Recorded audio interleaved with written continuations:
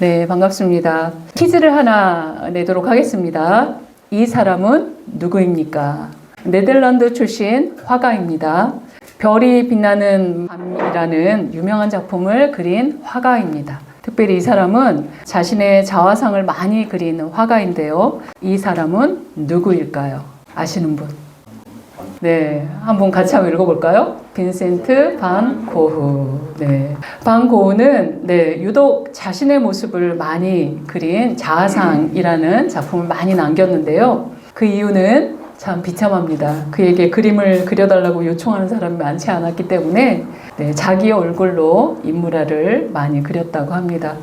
그림을 그려달라고도 안 하고 화가한테 그림도 팔리지 않으니 고흐는 평생 가난과 궁핍한 생활로 힘겹게 삶을 살아냈던 인물입니다.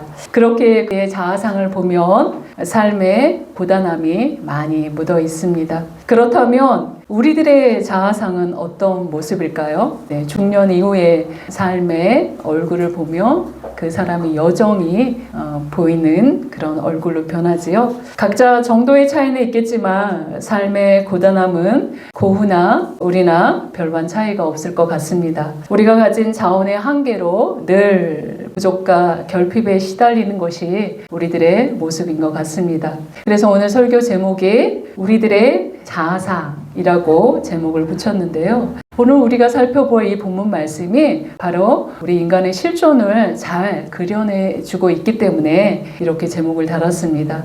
2000년 전 예수님이 이 땅에서 하나님의 나라의 비밀을 알려주셨을 때 비유를 참 많이 사용하셨습니다. 그 이유는 기 있는 자는 들을지어다 하시며 비유를 통해서 진리를 드러내시거나 감추는 역할을 이 비유로 하셨기 때문에 그렇습니다. 이야기를 깨닫는 자들에게는 하나님의 나라의 비밀이 풀어지면서 은혜가 풍성하게 흘러가지만 하나님을 거역하는 자들에게는 그 진리의 말씀이 조롱거리가 되지 않도록 보호하는 역할도 했기 때문에 비유를 참 많이 사용하셨습니다. 그렇게 오늘 우리가 살펴볼 본문도 예수님의 비유 중에 가장 잘 알려진 돌아온 탕자라는 비유입니다. 인간의 실존에 대한 놀라운 진리가 담겨 있는데 오늘 이 말씀 속으로 한번 들어가 봅시다. 그런데 먼저 이 비유의 말씀을 1차 청중이 누구인지 우리가 살펴봐야 되겠죠. 누가복음 15장 1절에 3절입니다. 같이 한번 읽어봅시다. 모든 세리와 죄인들이 말씀을 들으러 가까이 나아오니 바리새인과 서기관들이 수군거려 이르되 이 사람이 죄인을 영접하고 음식을 같이 먹는다 하더라. 예수께서 그들에게 이 비유로 이르시되 1차 청중, 바로 예수님께서 누구를 대상으로 이 비유를 말씀하고 계십니까? 예수님의 말씀을 들으러 수많은 사람들이 오는데 특히 세리들과 죄인들이 굉장히 많이 예수님 앞에 나오죠. 이를 못마땅하게 여기는 당시의 의인이라고 여겼던 바리새인과 서기관들입니다. 그들이 이 예수님의 모습을 보고 수근수근 거리는 거예요. 근데 원어적인 의미로 이거는 늘 예수님을 따라다니면서 수근수근 불평하고 투덜거렸다는 의미입니다.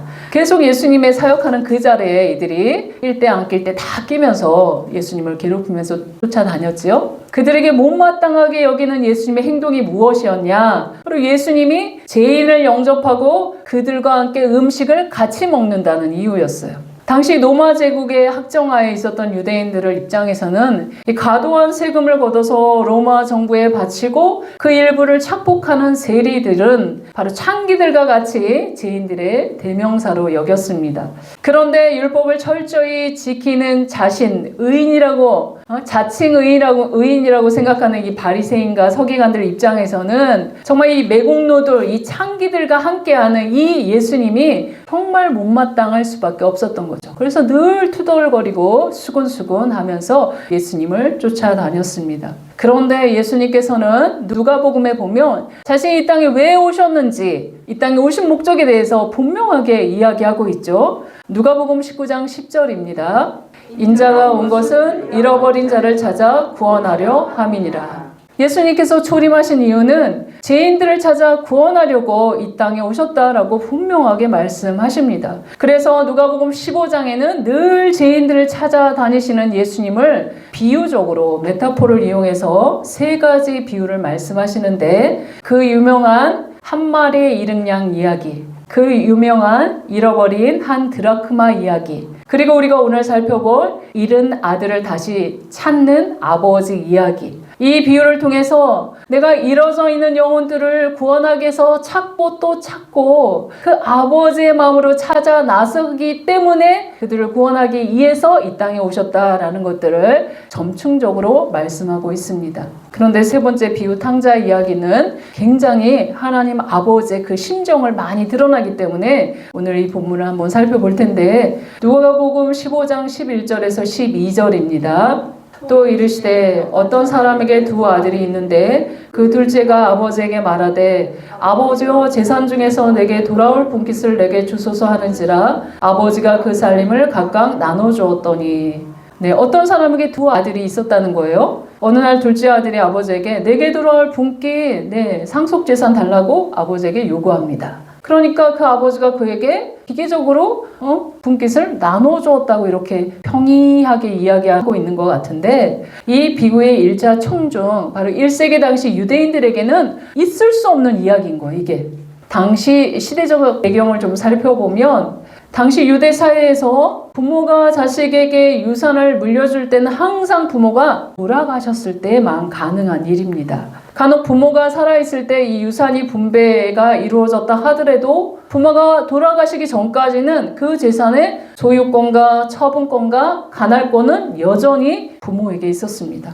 매우 엄격한 유대 문화에서 아버지 살아 생전에 유산 상속을 요구하는 것은 바로 폐역한 아들이라는 것을 나타내주고 있는 것입니다. 그래서 이 폐역한 아들의 비유를 예수님께서 바리새인과 서기관들에게 들려주셨을 때 그들은 굉장히 분노하면서 이 이야기를 들었던 것입니다.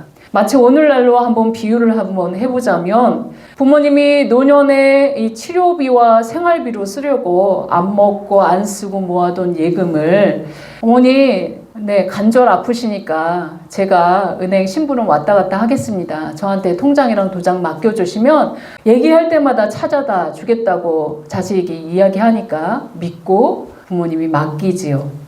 그래서 막상 치료비와 생활비가 좀 크게 들어가서 좀 찾아오려고 하니 통장은 텅텅 비어 있는 거예요. 아니 그 돈으로 뭐 했냐라고 이렇게 물어보니 글쎄 주식도 하고 도박도 하면서 한탕에 날려버렸다는 거예요.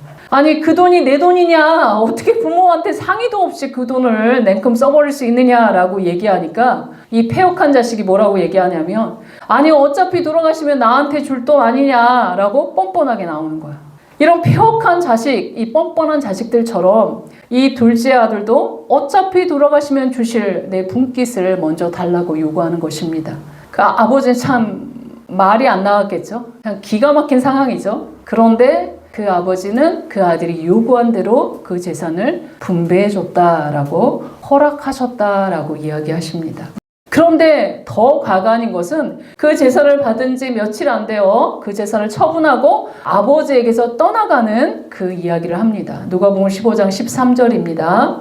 그 후 며칠이 안 되어 둘째 아들이 재물을 다 모아가지고 먼 나라에 가 거기서 허랑방탕하여 그 재산을 낭비하더니. 며칠이 안 돼요. 신속하게 재산을 처분하고 아버지를 떠나 어디로 간다고요? 먼 나라로 떠났다라고 이야기하죠. 여기서 먼 나라는 물리적으로 먼 거리일 뿐만 아니라 심리적인 면에서 아버지에게서 완전히 독립하여 살겠다는 독립선언문입니다. 바로 아버지의 통치 아래서는 살고 싶지 않다는 것이죠. 마치 아담과 하와가 창조주 하나님의 통치를 거부하고 스스로 하나님이 되어 자기 자신에게 하나님 노릇하며 살겠다고 독립을 선언한 것과 같은 내용입니다. 이 둘째 아들도 부유한 아버지를 떠나 자신이 분배받은 그 작은 분깃으로 살겠다고 그 재물을 다 모아가지고 아버지에서 최대한 멀리 떠나서 독립을 선언하며 먼 나라로 떠나갔습니다. 그러면서 그 먼 나라에서 자기 뜻대로 그 재산을 허랑방탕하며 낭비하지요. 이 아들의 자원은 얼마나 갔을 것 같습니까? 얼마 가지 않았을 것 같습니다. 곧 떨어지고 심각한 결핍에 빠지게 되죠. 마치 창조주 하나님의 무한한 자원 안에서 풍성하게 살기를 거부한 아담과 하와가 자신들 안에 내재한 그 유한한 자원에 맞닥뜨리며 가시와 엉겅퀴 가운데 고통당하는 그런 상황인 것입니다. 이것은 바로 하나님을 떠난 인간의 실존을 설명할 때 땅에서 뿌리 뽑힌 나무 한 그루를 빗대어 설명할 수 있습니다. 이 나무는 생명의 근원인 대지로부터서 뿌리가 뽑혔기에 그 나무는 더 이상 수분과 양분을 대지로부터서 공급받을 수 없지요. 이제 그 나무는 이제 자신에게 내재되어 있는 이 수분과 양분에 의지해서 살아가야 합니다. 그런데 얼마간은 싱싱하게 살아있는 것처럼 보이겠지만 곧 장렬하는 태양과 호락호락하지 않은 주변 환경으로 잎은 시들고 가지가 마르며 결국 말라 죽고 맙니다. 그 다음은 땔감밖에 사용할 수밖에 없습니다. 바로 하나님의 통치에서 벗어난 이 인간이 사단의 통치 아래 떨어진 그런 인간의 실존의 모습이죠.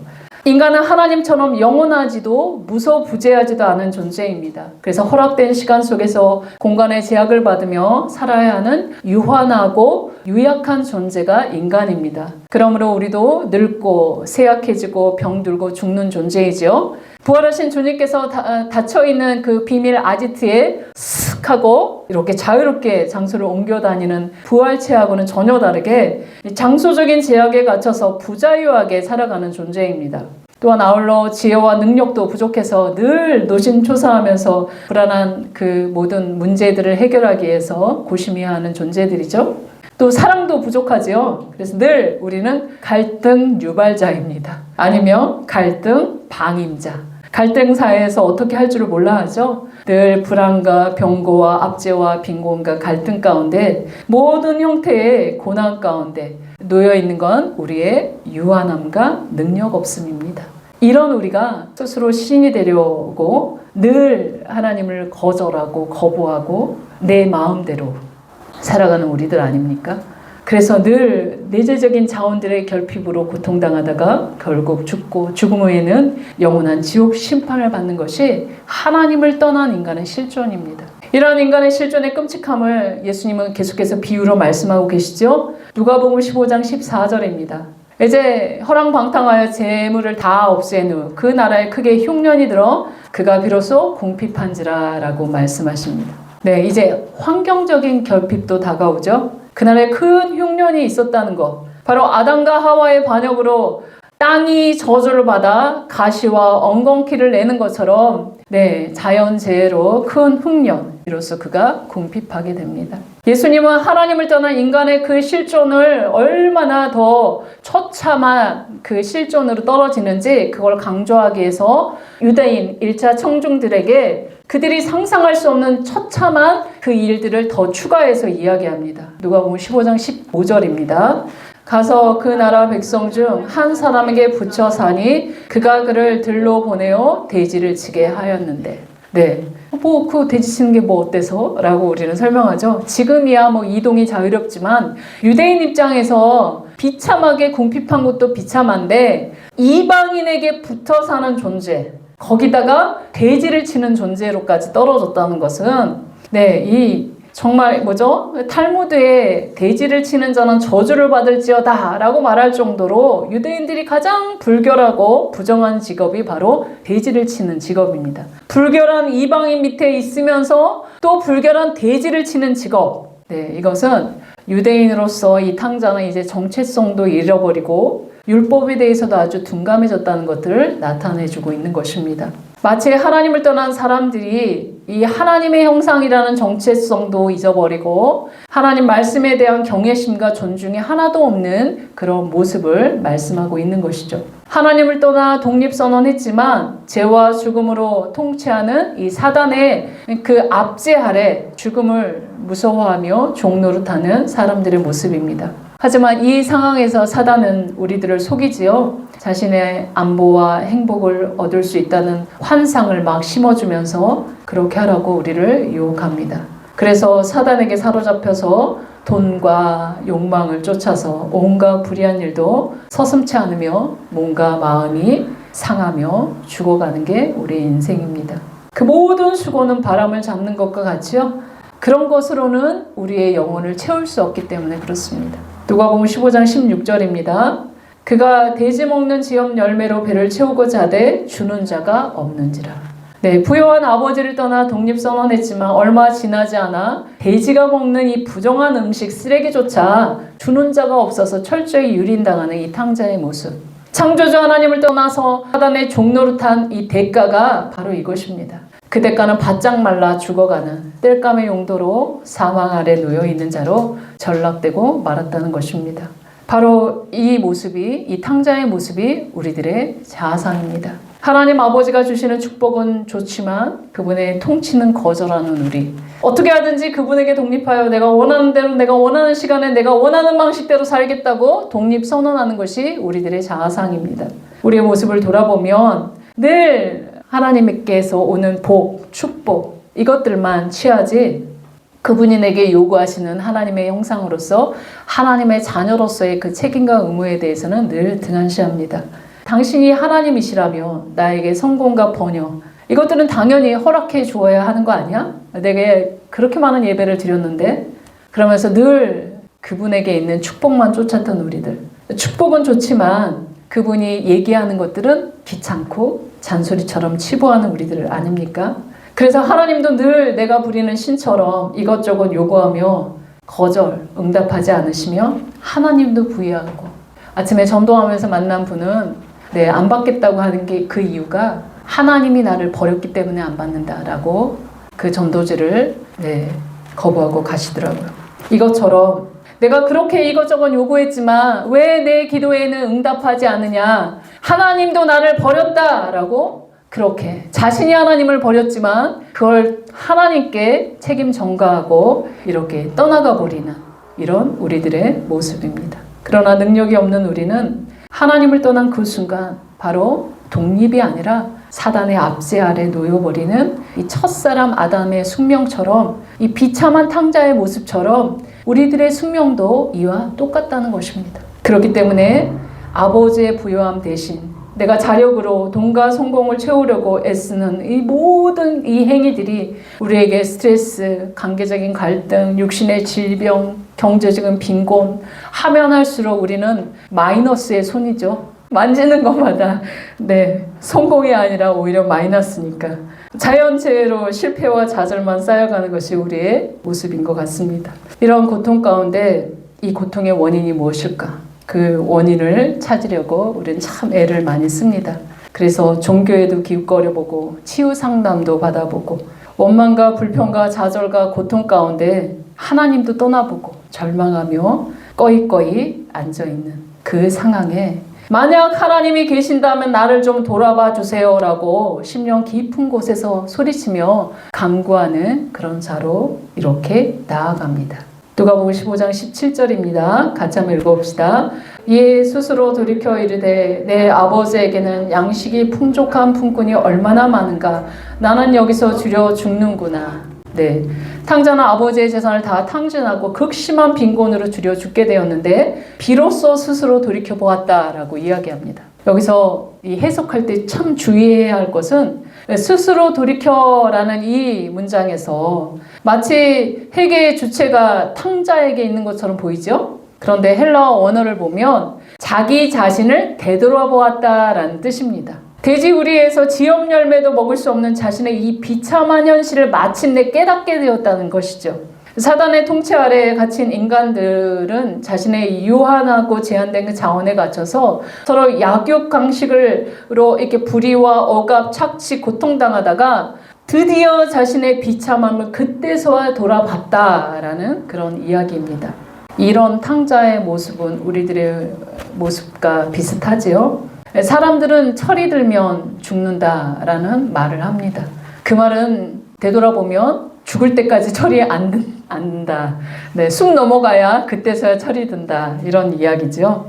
자기 자신만을 위해 살아가는 우리들의 모습을 빗댄 말입니다. 더 나은 조건, 더 나은 환경조차 인테리어도 해보고 집도 사보고 직장도 바꿔보고 결혼이 인생의 행복인 줄 알고 요즘에는 결혼만 하는 게 아니라 재혼, 3혼, 4혼 이렇게도 하죠. 그리고 배우자 하나로 만족하지 못하고 여러 사람들을 음행한 일들도 저지르지만 끊임없이 바람을 잡는 것처럼 언제나 그걸로 인생을 채울 수 없다는 것입니다. 이런 인생의 고통의 시기에 비로소 우리의 그 비참함, 실존을 깨닫게 되는 것이죠. 철저한 무능력, 외로움, 비참함, 공허함, 슬픔과 가난, 질병 앞에서 무방비로 깨지고 가루처럼 부서질 때 비로소 하나님을 찾는다는 것입니다. 이게 바로 참 아이러니죠. 등 따시고 배부르면 인생이 무엇인지 하나님 찾지 않습니다. 그런데 비참한 그 시기 가운데 드디어 하나님이 찾아오신다는 것이죠. 누가복음 15장 18절에서 20절입니다. 같이 한번 읽어봅시다. 내가 일어나 아버지께 가서 이르기를 아버지 내가 하늘과 아버지께 죄를 지었사오니 지금부터는 아버지의 아들이라 일컬음을 감당하지 못하겠나이다. 나를 품꾼의 하나로 보소서 하리라 하고 이에 일어나서 아버지께로 돌아가니라. 네. 탕자는 자기 자신이 도저히 아버지의 아들로 복귀할 수 없는 사실을 인정하고 수긍하지요. 하늘과 아버지께 지은 죄가 너무 많다는 걸 깨달았기 때문에 그렇습니다. 더는 아버지의 아들로서 자격이 아니라 이 품꾼 중에 한 명으로 좀 받아주셔도 감지덕지하겠다라고 이렇게 회개하며 아버지께 겸손히 구하는 모습으로 그리고 그 아버지께 돌아갑니다. 전도하다 보면 나는 죄가 많아서 교회 못 가요 하시는 분들 참 많죠. 나는 아직 술을 못 끊어서 나는 아직 담배를 못 끊어서 교회 못 나가요 라고 말하는 사람들도 있습니다. 마치 내가 죄가 없이 깨끗한 상태여야 교회 나갈 수 있는 것처럼 생각하는 사람들이 참 많은데요. 그러나 교회는 죄인들이 나오는 곳입니다. 양심의 가책과 무거운 죄의 무게감을 느끼면서 그럼에도 불구하고 아버지께 돌아가는 액션을 취하는 탕자처럼 교회는 염치불구하고 아버지께 엎드린 자들이 모이는 곳입니다. 그렇게 목사님도 장로님도 권사님도 집사님도 성도님들도 다 모두 말은 안 하고 멀쩡하게 나오지만 모두 너덜너덜한 모습 가운데 그래도 하나님 아버지께 소망을 두고 나오는 곳이 교회입니다. 그렇기 때문에 저 목사님 왜 저래? 저 장로님 왜 저래? 하면서 이렇게 실망스러운 모습이 보이면 당연하구나 라고 이렇게 생각하시면 됩니다. 바로 교회에 와서 나를 무조건적으로 받아주시는 하나님께만 초점을 맞춰야지 사람을 보고 실망하면 바로 내 손해이기 때문에 그렇습니다. 누가복음 15장 20절 하반절 우리 색깔 칠해진 곳 한번 같이 읽어봅시다. 아직도 거리가 먼데 아버지가 그를 보고 측은히 여겨 달래와 목을 안고 입을 맞추니 네, 아직도 멀리 있는데 그 실루엣을 보고 아들인지 바로 그 아버지는 알고 당장 쫓아가서 급히 달려가 그 아들을 얼싸안죠. 여기서 아버지가 그를 보고 측은히 여겼다라는 것들 헬라어 원어로 보면 이 창자가 끊어지는 아픔으로 측은히 여겼다는 그런 표현입니다. 거짓골을 하고 와서 이렇게 있는 그 아들, 나갈 때는 아주 막 잘 살 것처럼 막 이렇게 당당하게 나갔던 그 아들이 아무것도 없는 거짓골로 삐짝 말라가지고 이렇게 오는 그 아들을 보고 이 아버지는 이 창자가 끊어진 듯한 이 마음의 통증으로 주체할 수 없이 그물양 가운데 얼싸안고 입을 맞추며 그를 맞이합니다. 바로 이제나 저제나 한순간도 쉬지 않고 아들을 기다리는 이 하나님 아버지의 마음을 표현한 것입니다. 자녀들을 낳은 부모라면 조금 이해할 수 있죠. 아픈 자식들, 그 절망 가운데 있는 자식들을 바라보는 그 부모의 심정은 참 말로 할 수 없는 아픔과 통증입니다. 우리 인간도 이럴진데 하나님 아버지는 어떻겠습니까? 무한한 사랑이 많으신 그가 하나님께 독립하여 살아보겠다고 이를 바득바득 깨물며 그 아버지를 떠나 자기가 스스로 하나님이 되어 인생의 주도권을 가지고 살려고 하니 유한한 자원의 결핍과 환경의 가시와 엉겅퀴 그리고 우리를 죽이고 멸망시키고 사망으로 인도하는 이 사단의 불법적인 지배를 받는 하나님의 자녀들, 하나님의 형상들을 보고 하나님은 오늘도 창자가 끊어진 듯한 아픔으로 이 인류를 지켜보고 계신다는 것입니다. 탕자처럼 자신의 비창함을 깨닫고 하나님께로 돌이키기만 하면 무조건적으로 용서하시고 회복시켜 주실 테니 내게로 와라 라고 말씀하고 있는 것이죠. 15장 21절 같이 한번 읽어봅시다. 아들이 이르되 아버지 내가 하늘과 아버지께 죄를 지었사오니 지금부터는 아버지의 아들이라 일컬음을 감당하지 못하겠나이다 하나. 자신의 죄를 고백하고 아버지께 엎드리는 모습이죠. 아버지의 아들이라고 불러주는 것을 감당하지 못하겠다고 이렇게 말을 할 때 아버지의 마음은 얼마나 찢어졌겠습니까? 이 금쪽이 내 아들이 얼마나 고통과 고난을 당했다면 이렇게 이야기할까? 하지만 그런 아들의 고백대로 아버지는 허락하지 않죠. 그냥 내 아들, 그냥 나의 상속자로 회복시켜 주시며 잔치하며 즐거워하는 모습이 보입니다. 15장 22절에서 24절 같이 한번 읽어봅시다. 아버지는 종들에게 이르되 제일 좋은 옷을 내어다가 입히고 손에 가락지를 끼우고 발에 신을 신기라. 그리고 살찐 소가지를 끌어다가 잡으라. 우리가 먹고 즐기자. 이 내 아들은 죽었다가 다시 살아났으며 내가 잃었다가 다시 얻어노라 하니 그들이 즐거워하더라.